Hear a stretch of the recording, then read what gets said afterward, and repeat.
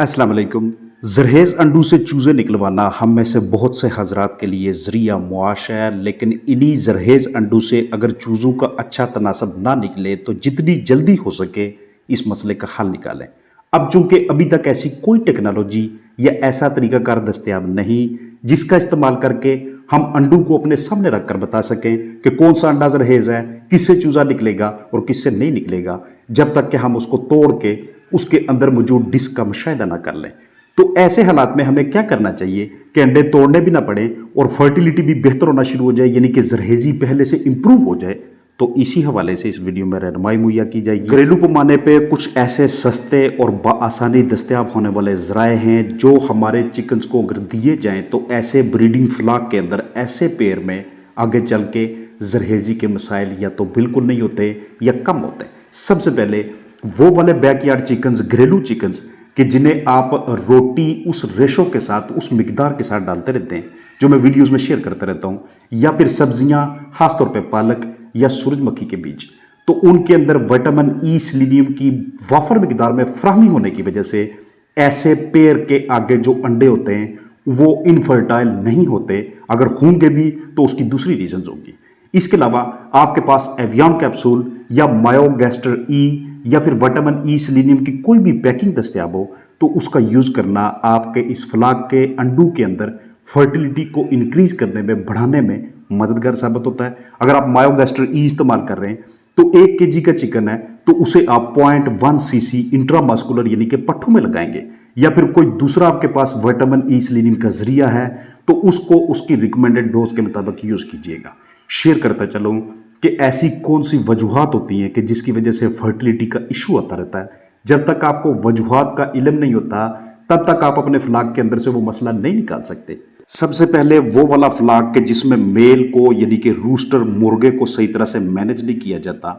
उसमें फर्टिलिटी के इश्यूज बने रहते हैं। ये कैसे कि अगर आपने मेल फीमेल, मुर्गी मुर्गा की रेशो, उनका तनासब सही नहीं रखा, एक मुर्गा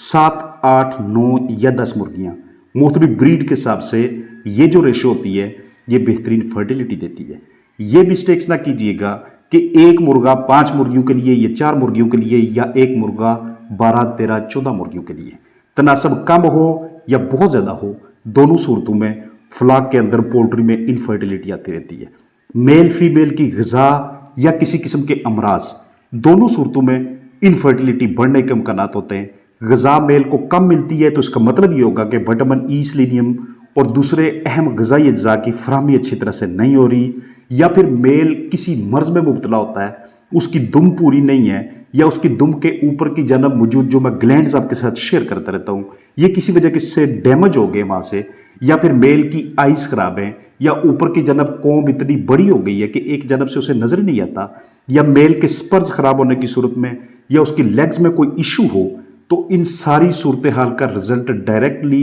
एग्स की फर्टिलिटी के ऊपर पड़ता है, क्योंकि उनकी आपस में मेटिंग अच्छी तरह से नहीं होती। वो वाली मुर्गियां कि जिनमें बहुत ज़्यादा चर्बी इकट्ठी हो गई हो, कि बहुत ज़्यादा फैटी हो चुकी हूँ, या वो वाली कि जिनमें प्रोलैप्स का मसला हो, पीछा बाहर आता हो, या फिर जिनकी ओवरी में सोजश हो, वो भी अगर अंडे देती हैं तो उन अंडों के अंदर आपको फर्टिलिटी का इशू नजर आएगा। जैसे ही आप फर्टाइल अंडे कलेक्ट करते हैं, हासिल करते हैं, तो जितनी जल्दी हो सके उनको आपने 2 से 3, 3 से 4 दिनों के अंदर अंदर ही या मुर्गी के नीचे या इंक्यूबेटर में लगा देना है, क्योंकि जितनी स्टोरेज लंबी होती जाएगी उतना अंदर की जानब मौजूद डिस्क वेस्ट होती जाएगी, उतना आगे चल के फर्टिलिटी या हैचेबिलिटी के इश्यूज आएंगे। अगर आप अंडे को अच्छी तरह से हैंडल नहीं कर पाए तो ऐसी कंडीशन में भी रिजल्ट्स पूर आएंगे। हैंडलिंग से क्या मुराद है कि जिस वक्त अंडा आप कलेक्ट करते हैं, खुड्डू से उठाते हैं, उसके बाद आपकी मैक्सिमम कोशिश यही होनी चाहिए कि जो अंडे की टिप है वो नीचे की जानब रहे और मोटा हिस्सा ऊपर की जानब रहे। इसकी वजह ये होती है कि जो मोटा हिस्सा ऊपर वाला होता है उसके अंदर एयर सेल होता है और वहीं से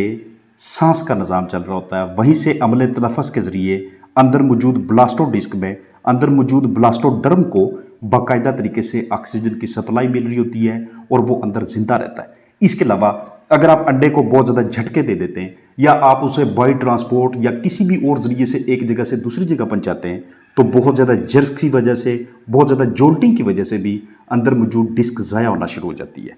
अगर आपकी मुर्गी ऐसी जगह पे अंडे देती है कि जहाँ पे जरसूमू का लोड बहुत ज़्यादा हो, तो वहाँ पे भी पोर्स के ज़रिए से बैक्टीरिया और दूसरे पैथोजेंस अंदर दाखिल होकर उस अंडे की इनफर्टिलिटी में अहम किरदार अदा करते हैं। लिहाजा जिस जगह पे आपकी मुर्गियाँ अंडे देती हैं वो जगह जितनी ज़्यादा साफ़ सुथरी होगी उतना उन अंडों को आगे मैक्सिमम फर्टाइल लेना आपके लिए आसान होगा। मुर्गियाँ बीमार हो जाती हैं, बीमारी की पीछे वजह कोई भी हो तो फर्टिलिटी के इश्यूज आते हैं। अंडे को टेम्परेचर शॉक मिल जाए, टेम्परेचर शॉक से क्या मुराद है कि जिस वक्त मुर्गी ने अंडा देना होता है उसका टेम्परेचर मुर्गी के अपने जिस्मानी दर्जा हरारत के बराबर ही होता है, यानी कि 41, 42, 42.5, 43 के करीब। तो जितनी देर आप उसको लगाते हैं वहां से उठाने में उतना ज्यादा अंडे का टेम्परेचर डाउन होता रहता है। मिसाल है कि जिस वक्त आप उस अंडे तक पहुंचे उसका टेम्परेचर आ चुका था 35 डिग्री सेंटीग्रेड पे। आपने यहां से उठा के उसको ऐसे कमरे में रख दिया कि जहां पे टेम्परेचर था 18, 19 या 20 डिग्री सेंटीग्रेड, तो ये उसके लिए टेम्परेचर शॉक है। इसलिए जब भी हमने फर्टाइल अंडों को स्टोर करना है कुछ दिनों के लिए, अगर उसे जहीरा करना पड़े तो उसका टेम्परेचर हमने आहिस्ता आहिस्ता करके नीचे लाना है। उसको कोशिश कीजिएगा कि सबसे पहले ऐसे कमरे में रखें कि जहां पे टेम्परेचर 28, 29, 30, 31, 32 यहाँ पे हो या इसके इर्द गिर्द हो।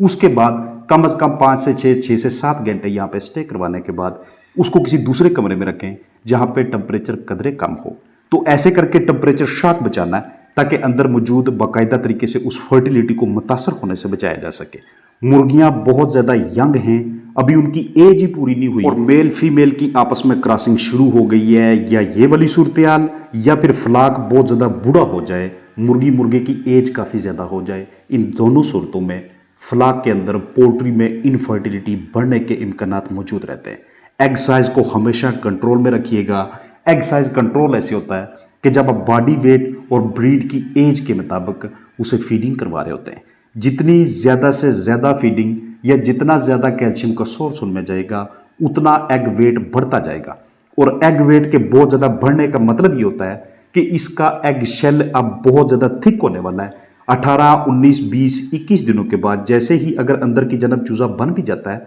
तो उसको पिपिंग में प्रॉब्लम होती है, बाहर निकले में मसाइल का सामना होता है। लिहाजा ओवरवेट अंडे भी आगे चल के कहीं ना कहीं पोल्ट्री में इनफर्टिलिटी में इजाफा कर रहे होते हैं। इसके अलावा वो वाला फ्लाक के जो यूनिफॉर्म ना हो, जिसमें यकसानियत ना हो, जिसमें लाइट शेड्यूल सही तरीके से बरकरार ना रखा हो। एक पट्टी जिस वक्त वो अंडे देने की एज के बिल्कुल करीब पहुंचती है, मुर्गी बनती है, उसका वजन हो 1750 ग्राम और दूसरी पट्टी उसका वजन हो 1250, 1300 या 1400 ग्राम जब वो मुर्गी बनेगी। तो ऐसी कंडीशन में वजन इतना ज़्यादा ऊपर नीचे होना ये इस तरह के अंडे आगे लाएगा कि जिनके वेट में भी वेरिएशन होगी, और एग वेट की वेरिएशन होना मतलब ये होगा कि आगे चल के या तो फर्टिलिटी में इशू आएगा या हैचेबिलिटी में प्रॉब्लम आएगी। हैचेबिलिटी किसे कहते हैं कि अगर आप 100 अंडे लगाते हैं उसमें से 80 चूजे निकलते हैं तो इसका मतलब ये होता है कि 80% हैचेबिलिटी आपने अचीव की है। हैचेबिलिटी कम से कम 85 से ज़्यादा लाजमी तौर पर होनी चाहिए, और उसके लिए ये तमाम अनासर, ये सारे पहलू, ये सारी मैनेजमेंटल स्ट्रेटजीज, सरगर्मियां जो मैंने आपके साथ शेयर की हैं, इनका ब्रीडर के मालिक को पता होना चाहिए या सुपरवाइजर या जो बंदा वहां पे काम कर रहा है। एक और बहुत बड़ी वजह इनफर्टिलिटी की ये होती है कि अगर अंडों को कुछ देर के लिए धूप का सामना करना पड़ जाए, क्योंकि जिस वक्त सनलाइट एग शेल के ऊपर आती है उस वक्त बहुत तेजी के साथ उसका टेम्परेचर डाउन आता है, और इसी को हम टेम्परेचर शॉक का नाम देते हैं। जितना ज़्यादा टेम्परेचर शॉक मिलेगा, जितनी हैंडलिंग उन अंडों की ख़राब होती जाएगी, जितनी स्टोरेज उनकी लंबी होती जाएगी, उतना फ्लाक के अंदर इनफर्टिलिटी बढ़ती जाएगी। लिहाजा आपकी ये अनथक कोशिश होनी चाहिए कि अगर आप इस कारोबार के साथ खुद को मुंसलिक करना चाहते हैं या फर्टाइल अंडे आगे कस्टमर्स को देना चाहते हैं, तो इन सारे के सारे फैक्टर्स का आपने खास ध्यान रखना है, क्योंकि ये एक ऐसा मसला है कि जिसकी जड़ को पकड़ना उस वक्त मुश्किल हो जाता है कि जिस वक्त कंटिन्यूसली लगातार आपकी हैचेबिलिटी बहुत ज़्यादा कमज़ोर आ रही हो,